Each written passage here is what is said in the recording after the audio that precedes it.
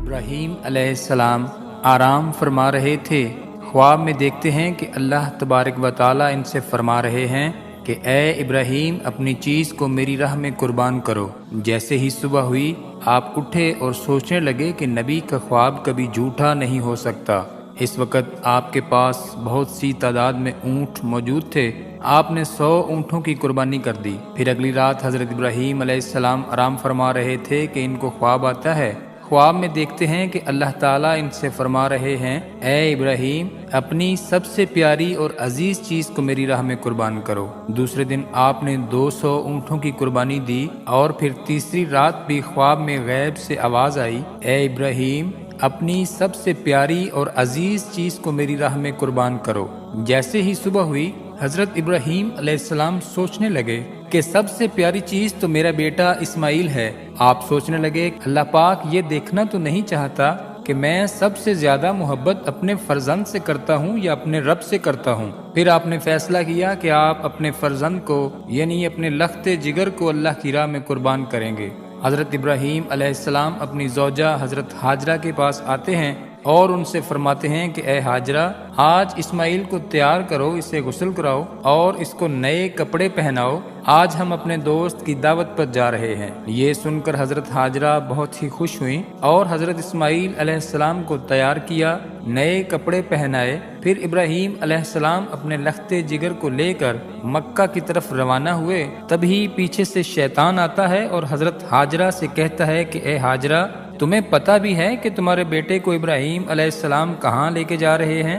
وہ انہیں دوست کی دعوت میں نہیں لے کے جا رہے، انہیں مارنے کے لیے لے کے جا رہے ہیں۔ بی بی ہاجرہ نے فرمایا اے شیطان تم پر لعنت ہو، میرے ابراہیم ایسا کیوں کریں گے؟ وہ اپنے بیٹے کو کیوں ماریں گے؟ تو شیطان بولا کہ حضرت ابراہیم علیہ السلام نے خواب میں دیکھا ہے کہ انہوں نے اپنے بیٹے کو قربان کرنا ہے، اس لیے وہ اللہ کی راہ میں اسماعیل کو قربان کرنے جا رہے ہیں۔ تو حضرت بی بی ہاجرہ نے فرمایا اے شیطان تم پر اللہ کی لعنت ہو، اگر یہ ہمارے رب کی طرف سے حکم ہے تو ایسے ایک نہیں 1000 اسماعیل قربان۔ یہ شیطان حضرت اسماعیل علیہ السلام کے پاس آ کر کہنے لگا کہ تمہیں پتہ ہے کہ تمہارے بابا تمہیں کہاں لے کر جا رہے ہیں؟ وہ تمہیں اللہ کی راہ میں قربان کرنے کے لیے جا رہے ہیں۔ تو حضرت اسماعیل نے فرمایا کہ میرے بابا مجھے اللہ کی راہ میں قربان کر دیں، اس سے بڑی خوش قسمتی اور کیا ہو سکتی ہے۔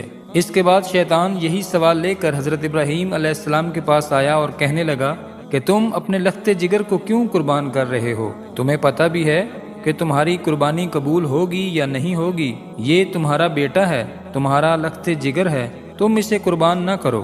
پھر حضرت ابراہیم علیہ السلام پتھر اٹھا کر شیطان کو مارتے ہیں اور اسے لعنت دیتے ہیں۔ بتایا جاتا ہے کہ تب مکہ شریف میں حج کے دوران شیطان کو پتھر مارا جاتا تھا۔